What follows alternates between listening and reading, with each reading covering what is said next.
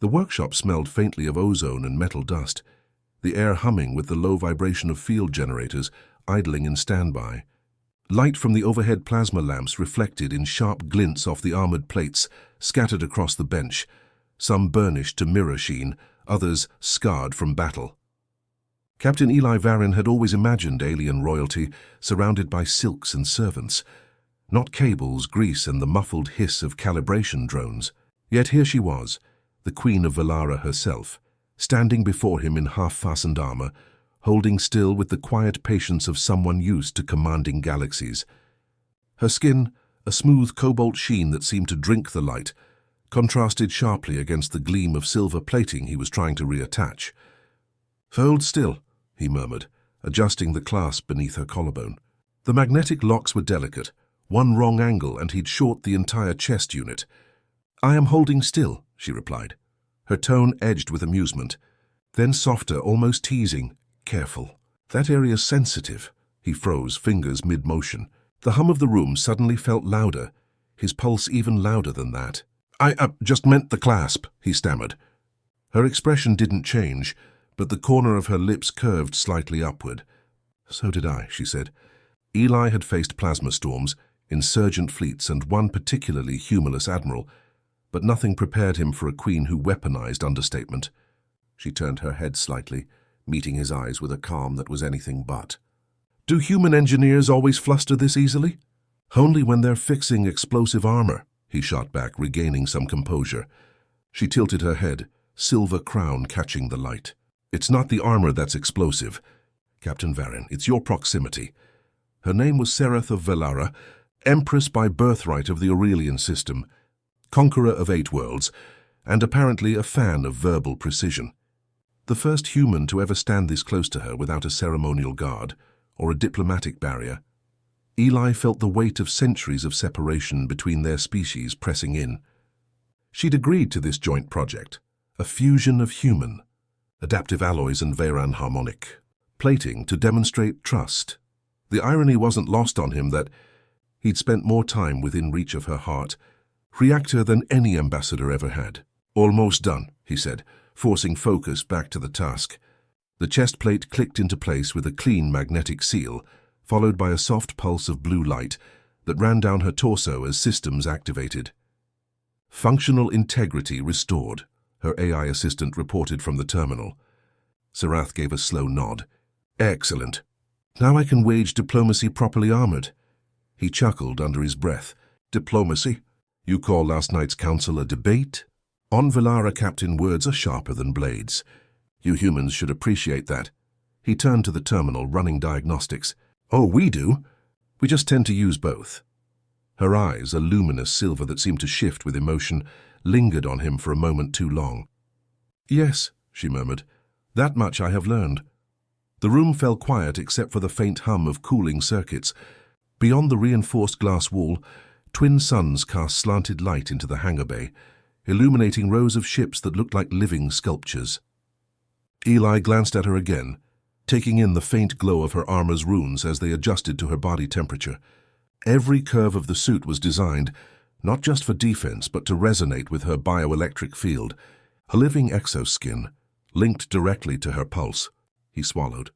No wonder she'd called it sensitive. Sarath noticed his hesitation. "You're thinking too loudly," she said. "Your species has yet to master the art of inward silence." "It's part of our charm," he replied, checking the pressure seals. "We think out loud, fix things fast, and apologize later. And break things often," she added. "For that too." She smiled then, a real one, small and quick, but enough to change the room's temperature. "Perhaps that is why I find humans refreshing."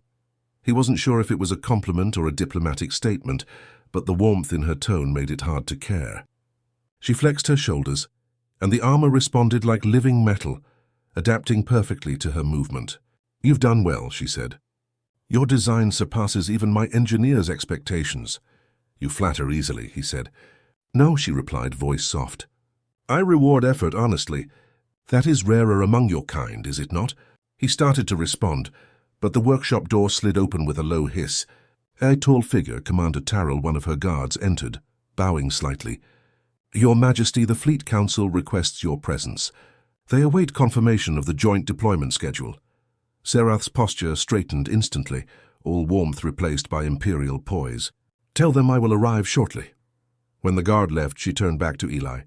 Duty calls, she said. Doesn't it always? He replied. For a moment, the silence between them wasn't awkward. It was charged like two magnetic fields unwilling to repel.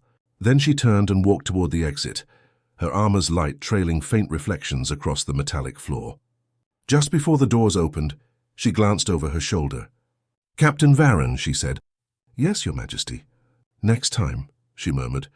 I expect you to be just as careful.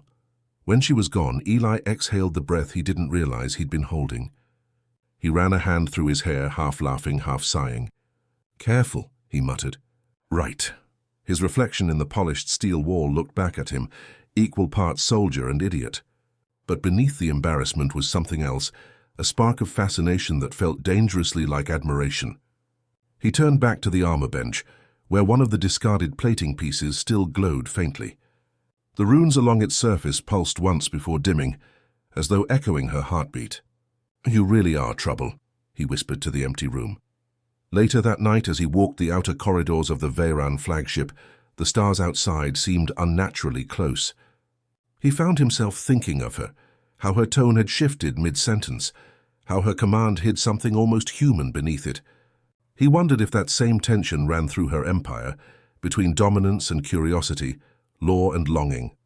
He didn't have answers, only the memory of her voice, soft, amused, and perfectly deliberate. Careful.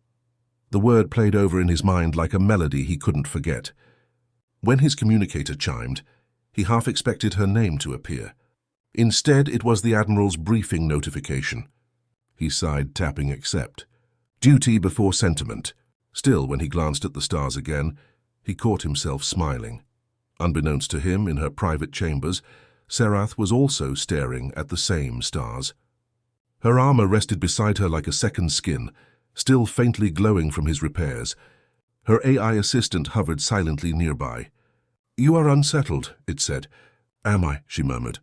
The human unsettles you, it continued.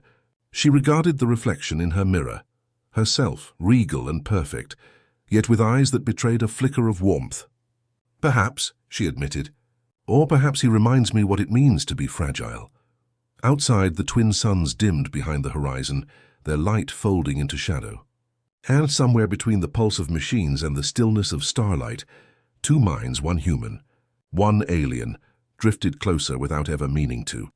The engineering bay smelled faintly of coolant and burned plasma, the kind of scent that clung to every mechanic's lungs after long hours under artificial suns. Eli had been back at it since dawn, recalibrating the Queen's armor interface. The outer panels lay open like the petals of some metallic flower, exposing the core lattice humming faintly beneath. It was strange to think how much of her life, her safety, her sovereignty, depended on something he'd helped build. He was elbow-deep in wiring when the door slid open, and Serath entered with her usual grace, light following her like an obedient pet. You begin early, she said. Your kind truly hates rest. Rest is a luxury, he replied without looking up. Keeping your highness in one piece is a full-time job. Flattery, she murmured. But noted. She approached the workstation, examining the array of tools with mild fascination.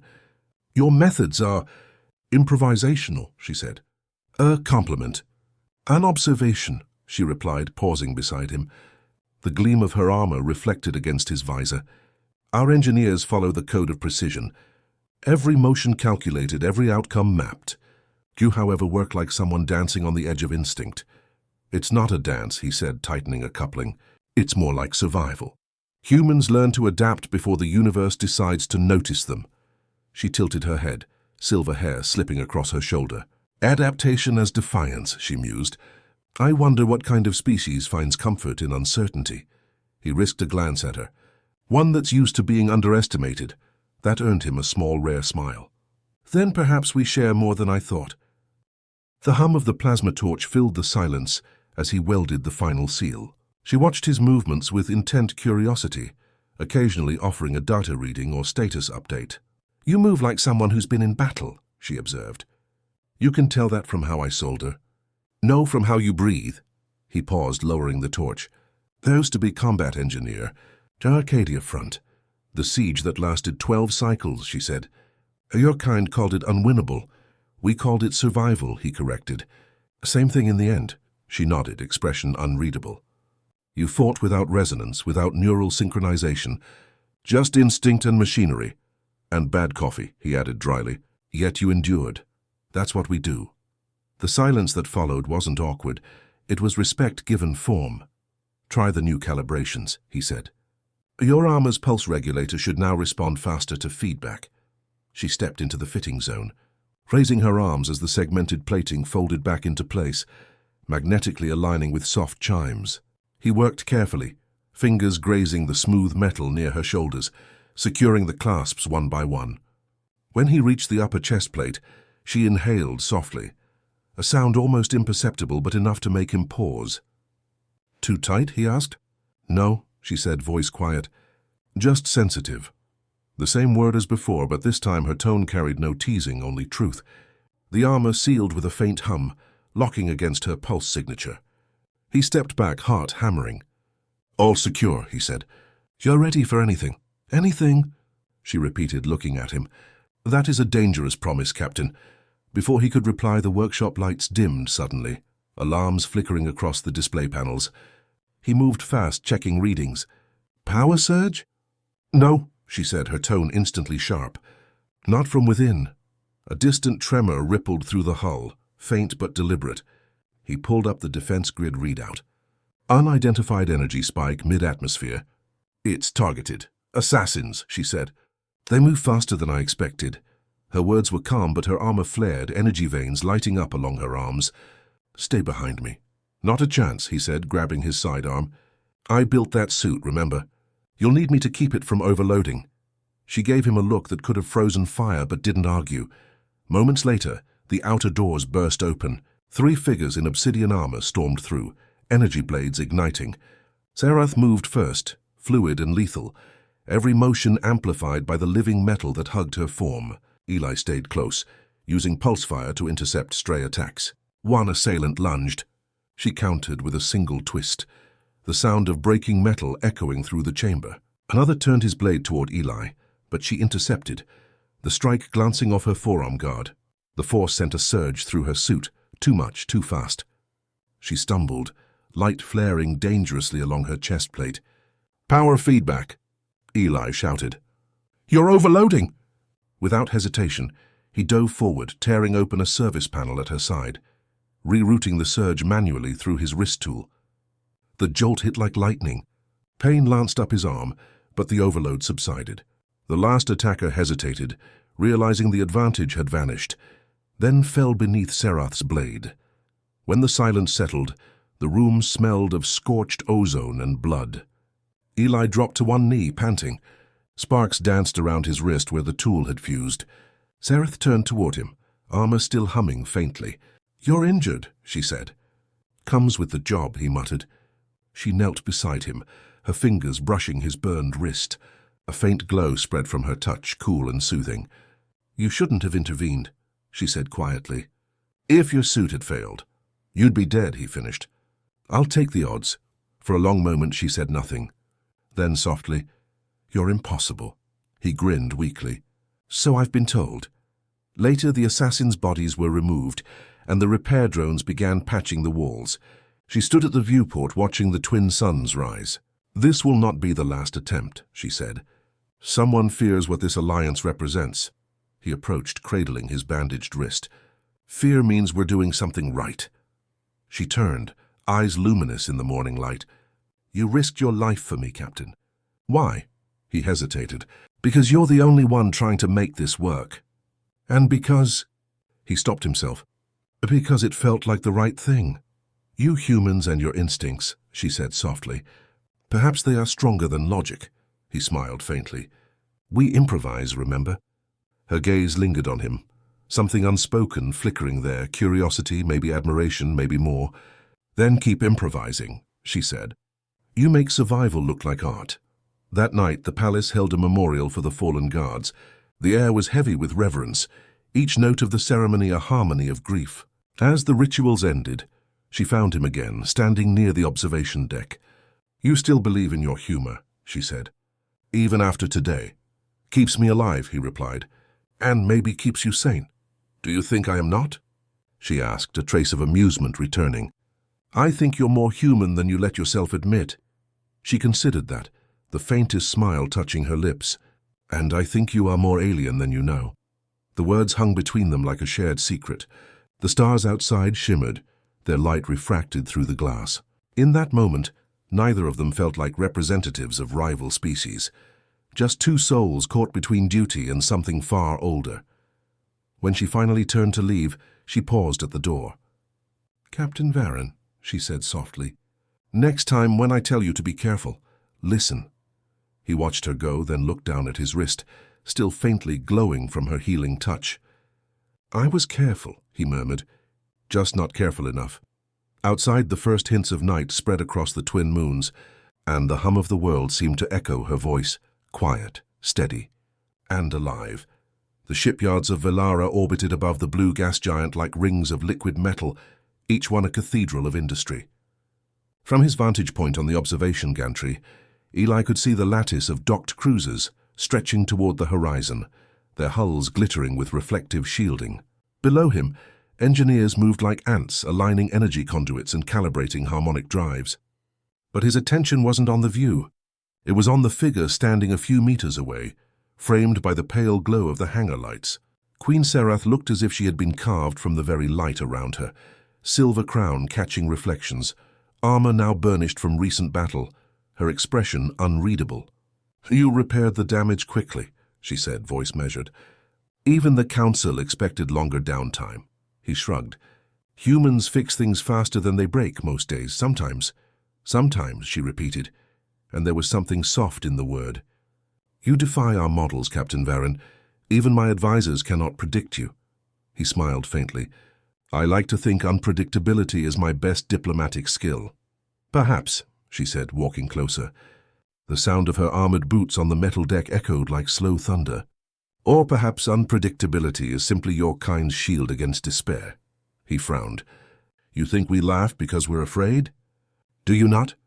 She asked, her silver eyes reflecting the hangar's dim light. Your species finds humor in pain, courage in weakness, beauty in decay. It fascinates me.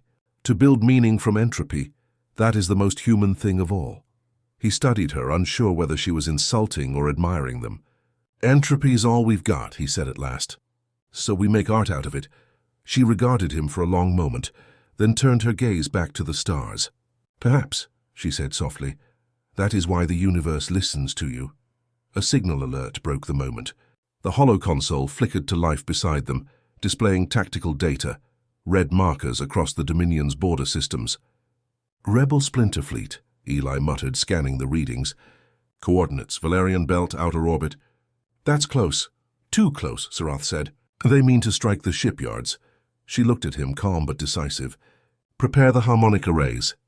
If they breach orbit, we will repel them ourselves. You're planning to fight, he said. Here? I do not retreat from my own sky, she replied. Her tone carried no arrogance, only certainty. And neither, I suspect, do you. He nodded slowly. Then we'd better get to work. Within an hour, the shipyards transformed into a fortress. Workers sealed docking bays, drones activated the orbital shield lattice, and engineers synchronized power relays across dozens of platforms. Eli coordinated the human contingents, pilots and technicians who had arrived only weeks before, and tried not to think about how thin their defenses were. The rebels had more ships, better armaments, and no hesitation. But they didn't have Serath. He found her at the command dais, armored once more, issuing orders with calm precision. The resonance field behind her pulsed with blue light, harmonizing with her armor's energy signature. When she saw him, she gestured him closer. You will oversee the pulse modulation array, she said. It must maintain alignment with my core frequency. If it drifts, we'll fry half the fleet, he finished. Got it, I'll keep it tuned. Her gaze softened briefly. I trust you, Captain. The words struck him harder than they should have. That's a dangerous habit, he said. So I've been told, she replied, and turned back to the battle preparations. The first enemy wave arrived like a storm of fire. Plasma streaked across the void, slamming into the outer shield dome. The impact reverberated through the decks, a sound like thunder underwater. Eli barked commands to his team, adjusting frequency output as the harmonics fluctuated. "Shield integrity at 78%. Someone shouted. "Hold it steady," he ordered. Across the bridge, Sereth raised her hand and the resonance field flared outward. Energy rippled from her armor, merging with the shield lattice. It was breathtaking. The shipyard lights bending, the plasma fire refracted into cascades of color. "She's syncing with the array," a technician said. "Captain, the system's reading her as part of the architecture." Eli stared at the readings.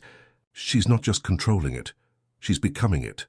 Every instinct screamed that this was impossible, dangerous, suicidal even, but Sarath stood calm amid the chaos, her presence radiating power.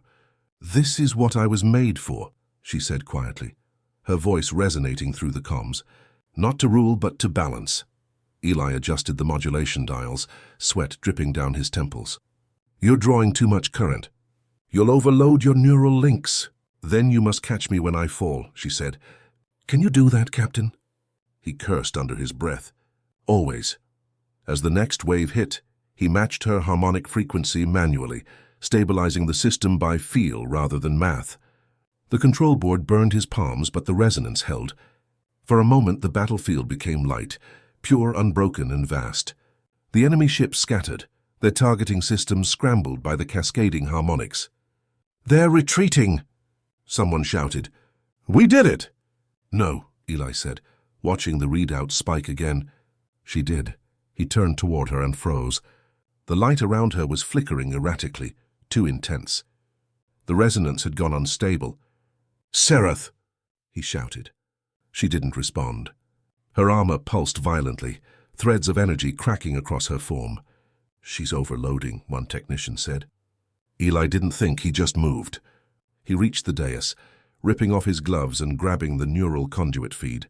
Pain surged through him, raw and electric, but he forced his mind into the link. For a heartbeat, he wasn't himself, he was everywhere. He saw her through her own eyes, saw the stars as living patterns, heard the universe singing in frequencies no human was meant to hear. And beneath it all, he felt her fear, not of death, but of failing to protect what she loved. "I can't lose them," her thoughts whispered. "Not again." "You won't," he whispered back. Though he wasn't sure she heard him, when the light faded, silence filled the hangar. The shields held, the enemy was gone, but Sarath collapsed, her armor dark and still. Eli caught her before she hit the floor, the energy lingering on his skin like aftershock. "Sarath, hey," he said, shaking her shoulder. Her eyes fluttered open faintly, silver dimmed to gray. "You did it," he said.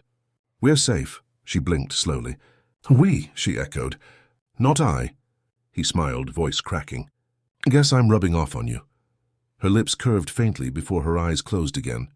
He held her there, the hum of cooling systems the only sound in the aftermath.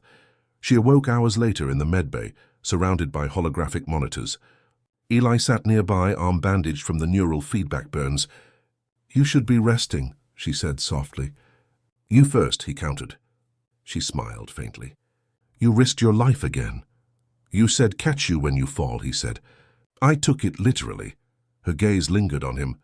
"You humans confuse recklessness for loyalty." "And you confuse pride for strength," he replied. "So I guess we're even." She studied him for a long moment, then said quietly, "You were inside my mind." "Yeah," he admitted. "Didn't plan it. No one ever does," she murmured. "What did you see?" He hesitated. "Enough to know you're not as unshakable as they think." "And you?" she asked. "Are you?" "Not even close," he said. "But I fake it better."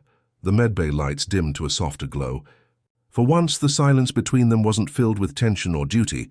It was something else entirely. Connection. Understanding.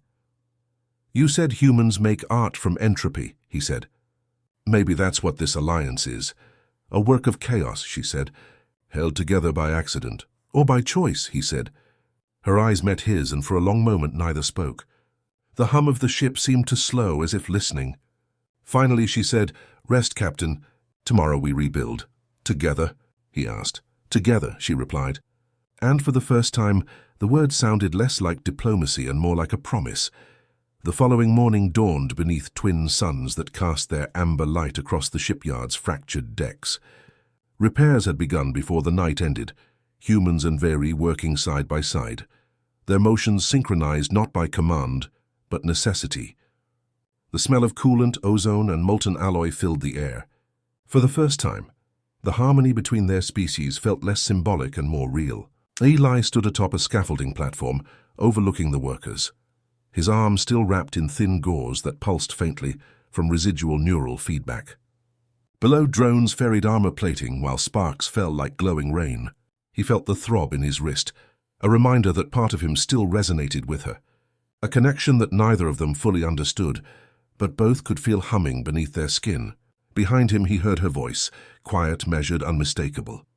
"You should not be here without clearance." He turned, smiling faintly. "And yet somehow you're not throwing me out." Queen Serath approached, her movements slower than usual, betraying the strain that even she couldn't hide. The light caught the fine cracks along her armor's shoulder plate, scars from the resonance overload. "I see you're recovering well," he said. "And you're ignoring medical protocol," she countered. "So we're both predictable." She stopped beside him, watching the welders below. "They say the shipyards will be functional again within 6 rotations. That's faster than I expected. Fear is an excellent motivator," she said. Then, after a pause, "So is hope." He nodded, glancing sidelong at her. "They're not so different." "No," she said softly, "but one burns longer." For a while they stood in silence, the wind carrying the hum of rebuilding machines. "You could leave now," she said suddenly. "Return to your fleet. Your orders are complete. The alliance is secured." He looked down at the workers, then back at her. "And leave before I finish what I started." "You have already done more than required." "Maybe," he said, "but not enough." She studied him with that sharp, assessing gaze he'd come to know. "Humans," she murmured, "always building bridges over broken ground. Only way we know how, even when the ground is alive and might bite back." He grinned. "Especially then." Her lips curved faintly, but her expression shifted as she looked out over the horizon. "You changed something in me," she said quietly. "When you entered the resonance, you left a mark. I feel it when the world hums. A dissonant note that wasn't there before." He hesitated. "Sorry about that." "Do not apologize," she said. "It feels alive." She turned to face him fully now, the suns reflecting in her eyes like twin galaxies. "Do you feel it too?" "All the time," he admitted. "It's like my heartbeat's got an echo that doesn't belong to me." "It belongs to us," she corrected softly. Before he could respond, an aide approached, bowing deeply. "Your Majesty, the Council requests immediate audience. Urgent matter from the outer colonies." Her composure returned instantly, the warmth replaced by the steel of duty. "Inform them I will attend shortly." The aide nodded and withdrew. "Another crisis?" Eli asked. "An old one," she said. "The governors fear the resonance unification is spreading too fast. They believe we've invited chaos into their harmony." He frowned. "They mean me." "They mean change," she replied. "But yes, your presence amplifies their fear. So what happens now?" "Now," she said, "we remind them that fear is not sovereignty." The council chamber was a vast cathedral of light, every wall alive with moving sigils that pulsed in time with the planet's resonance. The gathered nobles wore ceremonial veils, each shimmering with individual harmonic frequencies. Serath stood at the center dais, radiant and unyielding. Eli remained near the perimeter, his translator implant buzzing faintly as the voices overlapped. "The Queen has merged her frequency with alien matter," one counselor accused. "Our laws forbid impurity in the core." "Impurity?" Serath's voice cut through the air, cool and sharp. "You call empathy impurity?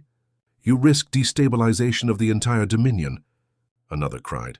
"Resonance is sacred." "Sacred," she echoed. "And stagnant. For eons you've worshipped stillness while the stars moved without you. If stagnation is your purity, then perhaps chaos is divine." Murmurs rippled across the chamber. Eli saw the unease building, a fracture not of politics but faith. Serath's hand lifted, and the resonance field responded to her command. The air shimmered with light that coalesced into 2 intertwining waves, one golden, one blue. "This," she said, "is harmony, not uniformity. 2 notes distinct yet greater together. The golden wave pulsed faint and human, the blue one pure and alien. When they met, the air thrummed with beauty so profound the crowd fell silent. "You fear this because it sings differently," she continued, "but it is no threat, only evolution." For a long moment the councillors said nothing. Then the eldest among them rose, voice trembling. "And if evolution unravels us?" Serath met his gaze. "Then perhaps we were never woven tightly enough." After the session, Eli found her alone in the echoing hall outside the chamber. "You just declared revolution," he said quietly. "I declared truth," she replied. "And truth is rarely polite." He leaned against the wall, watching her. "They'll fight you for this." "Perhaps," she said, "but not all will. Some have already begun to hear the new song." She paused. "When I first met you, I thought your people's noise was weakness. Now I know its possibility." He chuckled. "That's the nicest thing anyone's ever said about human stubbornness."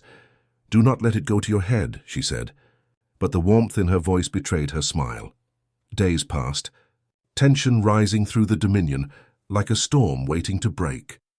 Rumors spread. Some claimed the Queen had been possessed by human influence, others that she had transcended mortality. Fleet commanders hesitated to take sides. Through it all, Eli remained by her side, though he knew the risks. One night, he found her in the observatory again, standing beneath the great window that framed the galaxy like an ocean of light. "They'll move against you soon," he said. "You could stop this, blame me, end the alliance, restore the old order." "And undo everything we've built?" She said. "No, Captain. If we fall as one." He stepped closer. "You really believe that?" "I do now," she said softly, "because for the first time I feel what your people call faith." He stared at her, caught between admiration and fear. "Faith is a dangerous word," he said. "So is love," she replied quietly. The air between them stilled. Outside, a meteor crossed the sky, a fleeting streak of light that vanished as quickly as it appeared. "Serath," he began, but she reached out, placing a hand against his chest plate. "Careful," she whispered, echoing that first moment in the workshop. "That part's still sensitive." He laughed, but the sound was quiet, caught somewhere between relief and surrender. She smiled, a rare human smile, and withdrew her hand. "Tomorrow," she said, "we choose whether the stars will fear our song or join it." He nodded. "Then let's make it loud." The storm began before dawn. From the upper towers of the palace, the sky looked like fractured glass, shards of red and silver lightning splitting the horizon. The Dominion was trembling under its own heartbeat. Eli stood on the balcony overlooking the capital as waves of light rippled through the atmosphere, each pulse corresponding to resonance bursts from orbit. The rebellion had begun in earnest. Fleets that once served Serath now burned her sigil in protest. He could hear the faint tremor of distant bombardments, the echoes of ships breaking against each other's hulls. The city below glowed like a circuit board alive with defiance. "They've begun the siege," said one of her advisors. "The loyal fleets hold for now, but the harmonics are collapsing across the northern spires." Eli turned as Serath entered, fully armored, her crown replaced by a battle helm that shimmered with living light. "Then we stand," she said. Her voice was calm, but her aura radiated tension strong enough to make the air hum. "We hold until the core stabilizes. If it falls silent, so does our world." In the command hall, chaos reigned beneath disciplined precision. Every console glowed with maps of light, each one updating faster than the eye could follow. The sound of voices and resonance monitors filled the air, a living symphony of desperation. Eli moved between stations, coordinating with both human and Veri crews. "Redirect shield harmonics to Sector 7, he ordered. "Pull frequencies from the secondary array and reroute through the main dome." A lieutenant hesitated. "But that'll overload—" "I know," he said. "Do it anyway." Across the hall, Serath raised her hand, calling for silence. "Our enemies think the core is our weakness," she said. "They forget it is our voice, and we will not let them silence it." Her words carried across the chamber like an electric current. Every technician, every soldier turned to face her. "If we fail," she continued, "then let our failure sing louder than their victory." The first wave struck with the fury of betrayal. Enemy cruisers fired resonance disruptors that bent the sky, sending shimmering ripples through the palace shields. The floor vibrated under their feet. "Outer barrier collapsing," someone shouted. "Collapse it," Eli snapped. "Redirect to ground level." The counselor overseeing communications turned in shock. That will expose the towers. Better the towers than the core, he said. Serath met his gaze and nodded once. Do it! Light flickered, and for a moment the palace dimmed to shadow. Then, like a lung gasping for breath, the shield realigned, glowing gold instead of blue. Human modulation woven into alien symmetry. The rebels weren't prepared for it.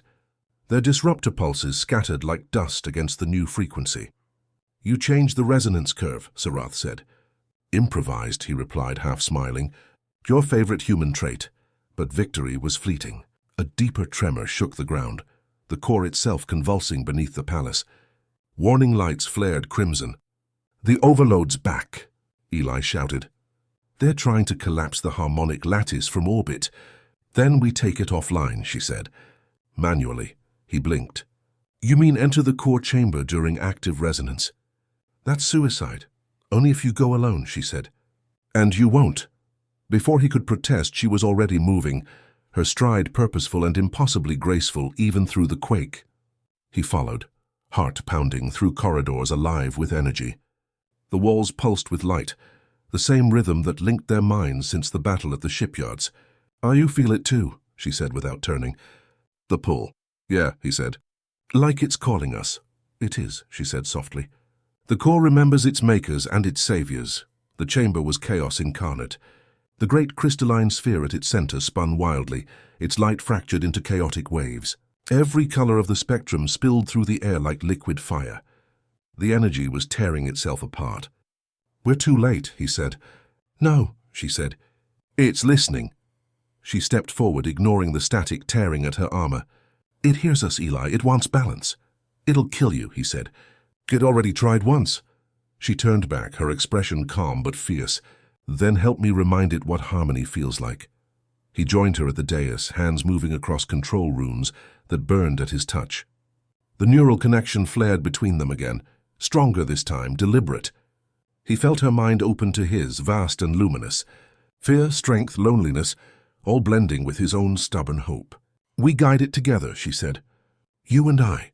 You sure it'll listen? If it remembers laughter, she whispered. Yes. The core screamed, a sound that was not sound but pure vibration, shaking every atom in the room. Eli gritted his teeth as the feedback surged through him, his vision fracturing into light and shadow. Stabilize amplitude, he shouted. Push it down to harmonic 0. I'm trying, she cried, her voice layered with power. The air around them warped. He saw glimpses, not memories but possibilities. Serath's people rebuilding, humans walking among them, a world without barriers. Then pain hit sharp and blinding. It's too much, he gasped. Let go! No, she said. If I let go, the core dies. Then take my strength, he said through gritted teeth. Take everything you need. She turned her gaze toward him, eyes blazing like stars. You don't understand. If I take it, you'll... Do it, he snapped. We finish this together. Light consumed them both. For a moment there was no palace, no rebellion, no difference between human or Veri. Only sound, raw and endless. Then silence fell. When Eli opened his eyes, he was lying on the floor of the chamber. The core hovered above him, no longer spinning, its glow steady and soft. The tremors had ceased. Around him the walls pulsed with a calm rhythm. He turned his head and saw her. Serath lay beside him, motionless, her armor dimmed. Serath, he whispered, dragging himself toward her. Her pulse was faint, but there. Come on, he murmured. You're too stubborn to... Her eyes opened slowly, the silver light returning like sunrise. I told you, she said weakly. Careful. That part's sensitive. He laughed, half in relief, half in disbelief. Don't ever do that again. You'll have to live long enough to stop me, she murmured. Hours later, the palace stood untouched amid the silence of victory. The rebel fleets had gone still. Their ships powered down as the core's harmonics rippled outward, resetting every system in the Dominion. Across the network, transmissions echoed, ceasefires, surrender codes, confused laughter. Somehow, impossibly, the resonance had unified them instead of dividing them. In the Great Hall, Serath addressed both factions via holographic broadcast. Her voice steady despite exhaustion. The Dominion stands not by conquest but by chorus, she said. And every voice matters. Eli watched from the shadows, one hand resting on the railing, the other clutching the faintly glowing pendant she had given him weeks ago. It pulsed softly in perfect time with her words. When the speech ended and the hall emptied, she approached him quietly. "You should return to your people," she said. "They'll need a report." "You'll need one too," he said. "Someone's got to teach your engineers about controlled chaos." She smiled. "Stay then. And keep causing trouble? It seems to be your nature." "Guess it's contagious," he said. Her laughter, real, unguarded, filled the empty hall like sunlight. For a moment, the weight of duty and history lifted, and there was only them. A queen and a soldier who'd bridged galaxies by accident and by choice. That night they stood again in the garden, suspended among the stars. The petals floated in slow motion around them, glowing in soft blue and gold. "Do you think they'll remember us?" he asked. "They will remember the song," she said. "The rest is just verses." "And what are we?" "The first chord," she replied. He reached for her hand and she let him. The core pulsed far below, its hum now gentle, alive. For the first time, its resonance carried laughter.